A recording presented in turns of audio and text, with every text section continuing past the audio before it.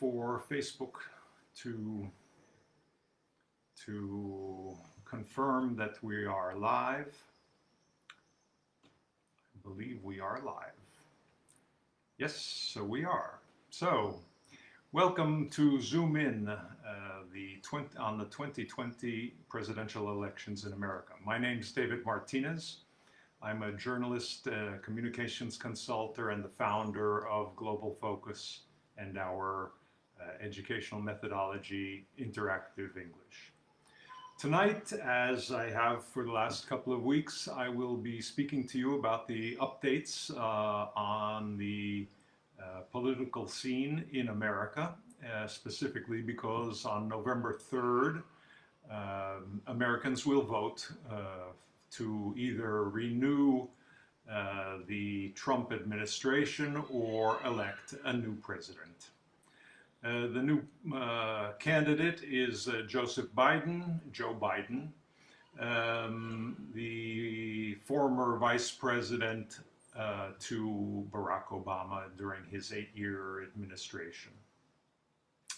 Anyway, let's take a look at what's been going on, and not just directly with politics, but things that tend to influence politics. The big question, besides COVID right now, is what will Donald Trump do, or what won't he do to remain in power? What do you think? What will he do? What would you do if you were the president of the United States? And now that Donald Trump has become president of the United States, it seems kind of open for anybody. What would you do to maintain such a powerful position? Certainly, the American presidency is something worth fighting for. And Donald Trump surprisingly fought very well 4 years ago and was elected president of the United States. Now he has the opportunity to be re-elected and consolidate the power that he has amassed over these last 4 years. It's quite open what Donald Trump is capable or incapable of doing to become president of the United States. Some people really believe that he will not concede losing. So this could make the elections quite a difficult process if he refuses to accept the results. So our transmission actually will continue even after the 3rd of November and the vote. It probably also, because we don't know how Donald Trump will react, but also the voting process will probably be delayed because of the coronavirus and the high number of voters that are voting by mail. This is something that Trump has spoken about and has basically warned his supporters that the voting by mail is susceptible to fraud, hackers, although it's not digital, and manipulation, which basically set the context for contesting the results. Seeing as how he managed to win with less than a plurality of actual votes based on the electoral college votes, it's still to be seen just exactly how important his claims of potential manipulation become. In any case, tonight I wanted to speak a little bit about this, what must be considered a bad week globally. There now accepted that 10 million people have contracted the coronavirus, and 500,000, half a million people have died of this virus. 125,000 approximately in the United States. So, on the one hand, Trump loves big numbers, but these numbers have nothing positive in them. And if you follow the news whatsoever, you probably know that in America right now, the graphs are not going down as they have here in Italy or in other countries that were first victims, the first victims of the pandemic. In any case, on the contrary, this week the United States hit new record highs for new cases, and despite the reopening, as if they had ever closed, of different states and their economic systems. As you might know, the United States is a federation, and so each state has quite a bit of autonomy as to how they manage their policies, their economic policies, their health policies. There is no umbrella containing all of these different political ideas, except democracy in America. However, Donald Trump has not really been the leader in this sense. He's basically ignored the problem for a long time. Then he delegated the responsibility to the different states, and even this past week, his vice president, Mike Pence, who is in charge of the COVID response on a national level, first claimed that the graph that he was showing had fantastic numbers because they were new. There was exponential growth in the testing, and as Donald Trump has said several times, if we tested less, we would have, less bad news, which may or may not be true. I mean, certainly if you test more, you get more results. Unfortunately, what the Center for Disease Research in the United States is also saying is that the level of contamination, or the severity of the contamination, has doubled in the United States. That is, people are getting sicker faster.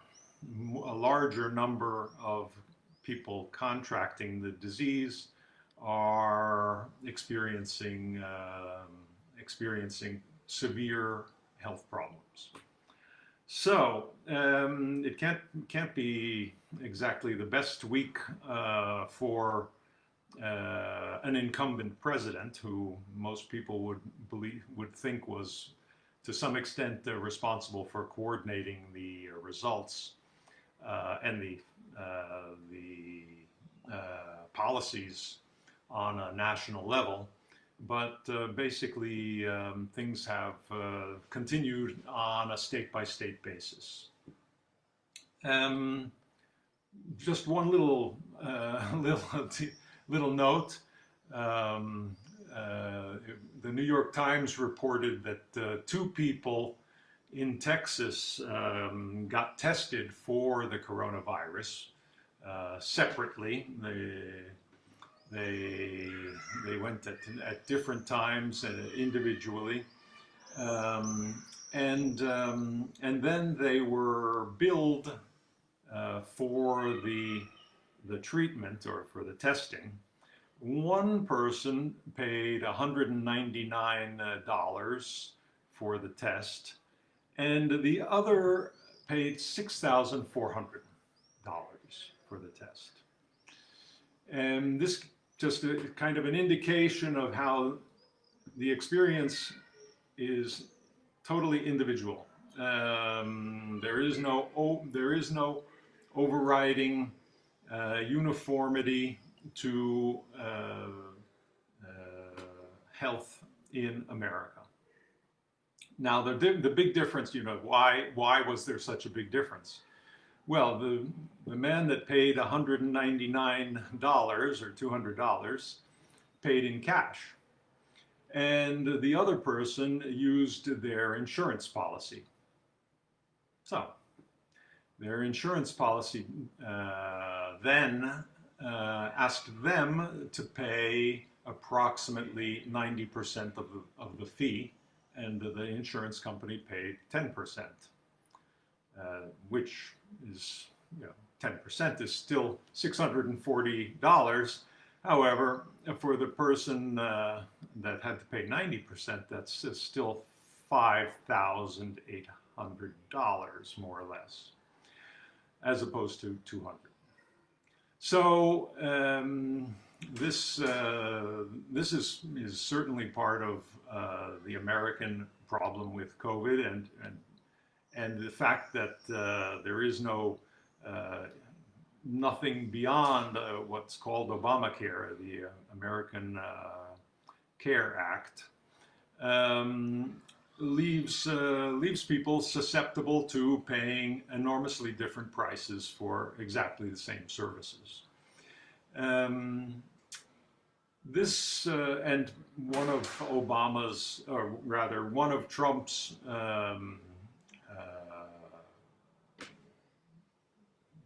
signature issues when he talks politics is how bad Barack Obama's administration was, how they were incompetent and partisan, and failed to prepare for anything like this, even though Obama was out of office for 3 years before the coronavirus arrived. And so Trump has frequently made the coronavirus, as well as just about anything related to Obama and healthcare, a cultural issue. Either you believe one thing or you believe something else. He's politicized and created these cultural wars, basically. Besides politicizing everything that Obama did before him, he's politicized all the experts, including his own intelligence, the CIA, the FBI, the Justice Department, his ambassadors, his entire foreign policy has become extremely politicized. The Attorney General, who basically oversees the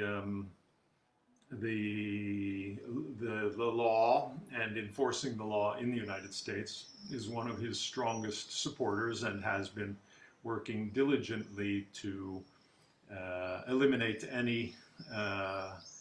any prosecutors under his command that could in some way damage Donald Trump's reputation. So among these cultural wars is also the cultural war against the media, where whatever the national media reports is subject to derision, insults, and basically accusations of being either partial or unreliable, untrustworthy. And the same thing applies to experts. Experts including health experts, including Donald Trump's own, his administration's epidemiologists, who have had to survive in their positions, have had to modify their approach to the bad news. So, as I said before, Mike Pence, the vice president, Trump's vice president, this week first started out saying that these numbers of these incredibly rising numbers of contagious victims of the contagion was, you know, a fantastic thing due to the fantastic testing results that they were getting. He did, however, have to point out, or he didn't point out, but conflicting with this view of things was the fact that for the last 5 days, the United States has set new records every day for the most number of infections. And this has happened in some of the states that were not originally the hot spots in the coronavirus phenomena. That is, they're happening in Texas, Florida, the South, and the West, basically. Arizona, I think the numbers in Arizona are almost 50% higher than ever before. So they're really reaching unfortunate new records. And in fact, Pence at a certain point did go to Texas, and he completely revolutionized what he had said just 2 days before, asking people to please wear masks. As you probably know, Donald Trump has refused to wear masks and has only been seen wearing a mask once, but he is basically not wearing a mask, and everyone seems to accept the fact that he's being tested continuously and therefore is healthy. In any case, just admitting that people should wear masks was a major deviation from the party line in a certain sense. Until yesterday, the Republicans had refused to impose, and they still have refused to impose masks on anyone. It's optional. However, Pence did say that masks were a good thing to do. Until now, it had been, I don't wear a mask, masks are stupid. So the shift is significant. This may be due to, in some part, to the disastrous week last week when Trump held his first public rally, political campaign rally, and very few people showed up, probably because of the risk of the coronavirus, and that seemed to have taken some of the enthusiasm out of Trump this past week. He's been relatively quiet. He's had an opportunity, or the opportunity, to watch the first significant polls concerning how people think they will vote in November, and where Biden is leading anywhere between 8 and 14% higher than Trump numbers. So there seems to be that there's some strategic thinking happening, and therefore Trump has been a little bit quieter this week. Regarding those polling numbers, as I said, Biden is leading by about between 8 and 14%, depending on which poll you use. But none of the polls indicate that he's leading by any less than 8%.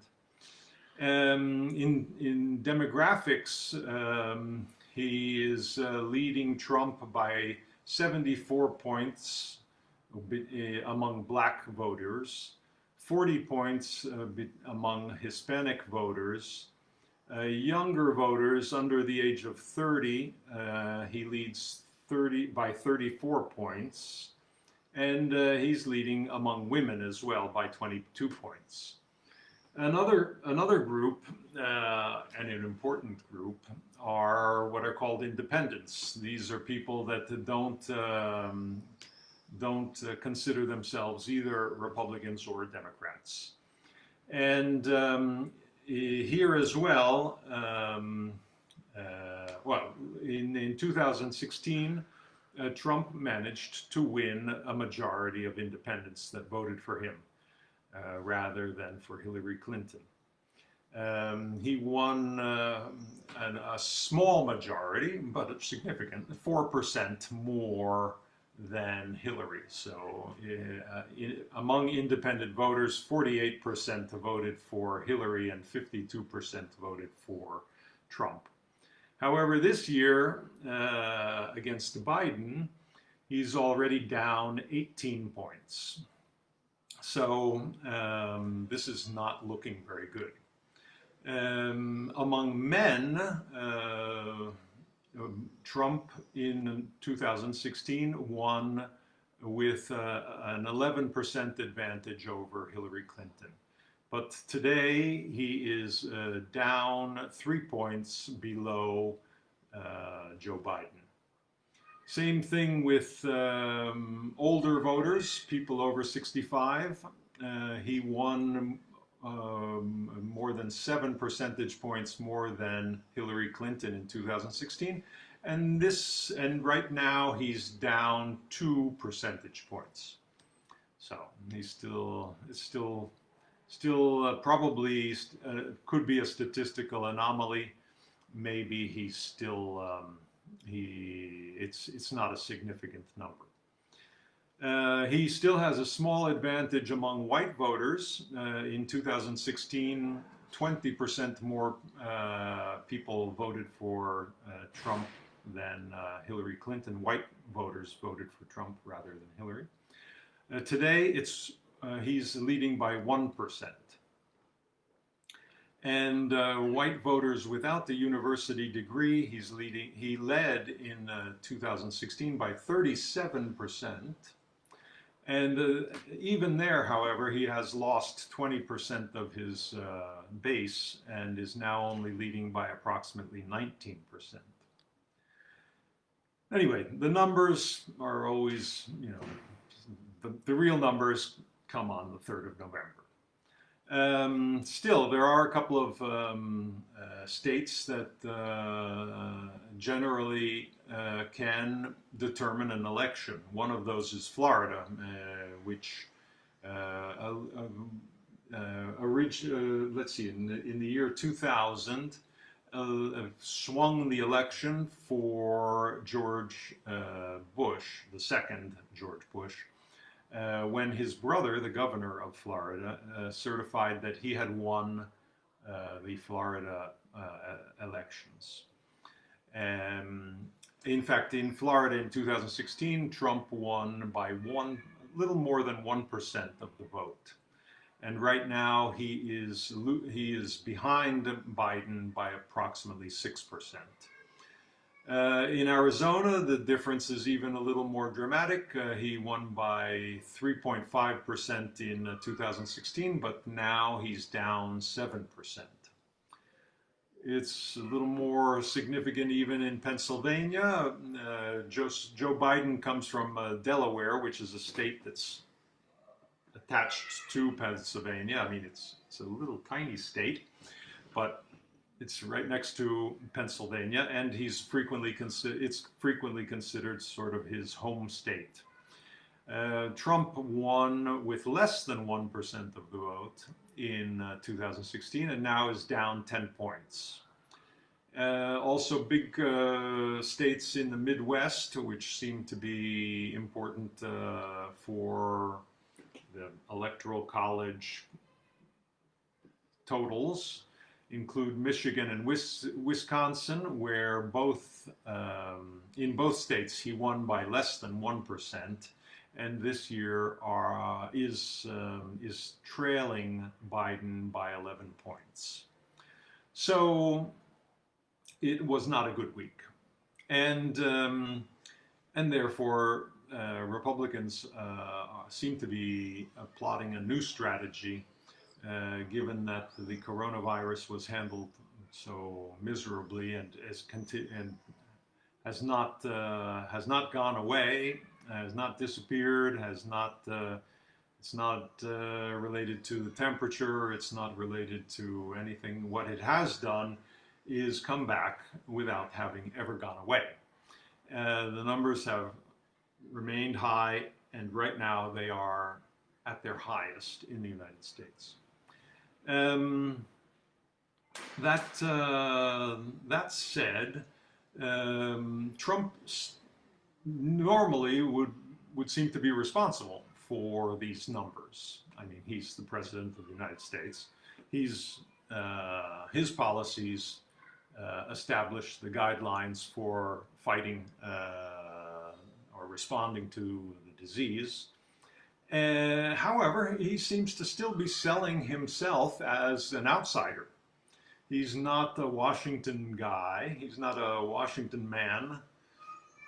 He doesn't have, well, he has the support of the Republican Party, but he does not really considers himself a politician. And in fact, perhaps it's true. He's very little like a politician, which some people appreciate. However, this seems to be the major factor in the negative numbers that he finds himself in now. This strategy of improvising continuously without any substantive knowledge of the issues, not castigating or insulting experts, and basically just using cultural whistles to attract and to define his appeal. He did, in fact, this week retweet a video on Twitter where you could hear someone screaming "white power" several times, and someone, or perhaps Donald Trump himself, removed the tweet eventually because it was considered so blatantly racist. Biden, on the other hand, has been somewhat invisible and hard for Trump to attack. I mean, but still, that is Trump's technique, to attack people, and therefore he has been asking, where's Joe Biden? His nickname, as he frequently gives his adversaries nicknames, his nickname for Joe Biden is Sleepy Joe, which it's possible that it fits to some extent because Joe Biden is even older than Donald Trump. However, most people do believe that he has the competency to be president of the United States, because in fact he is a politician. The Biden strategy, until now at least, seems to be just let Donald talk. Let the voters ask why the situation is so dramatic. Besides the COVID virus directly, the economy obviously has a series of limitations. There are 40 million people that have asked for unemployment benefits, and by losing their jobs have also lost their access to insurance, health insurance. So the Biden strategy seems to be, we'll let him take responsibility for the things that are happening in the country. Biden does not have, he's not currently in office anywhere. He's not a senator. He's retired vice president. And he's been calling, but he's been naturally promoting his association with Obama, who was a very efficient and, or at least to some people's minds, an efficient, effective executive, where and involved in international politics as well as domestic politics. Certainly, Trump, when the theme of international politics comes up, has a lot of things to explain, because he has been impeached for withholding international aid to Ukraine to extract personal political favors from the Ukrainian president.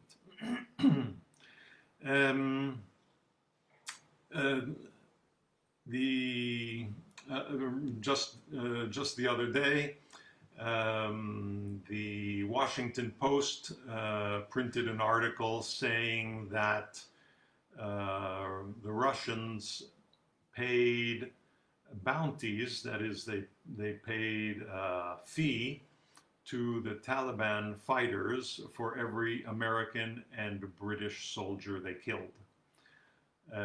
Trump at first said that he wasn't aware of this, and then secondly said that he was aware of it, but that it was considered an unreliable news item, and therefore not something to be believed. However, that it was fake news, basically. And however, the newspaper did actually publish receipts that the Taliban soldiers received for or signed for the money they received from Russia. So it's kind of unusual for the president to be either uninformed or to allow this to happen, basically.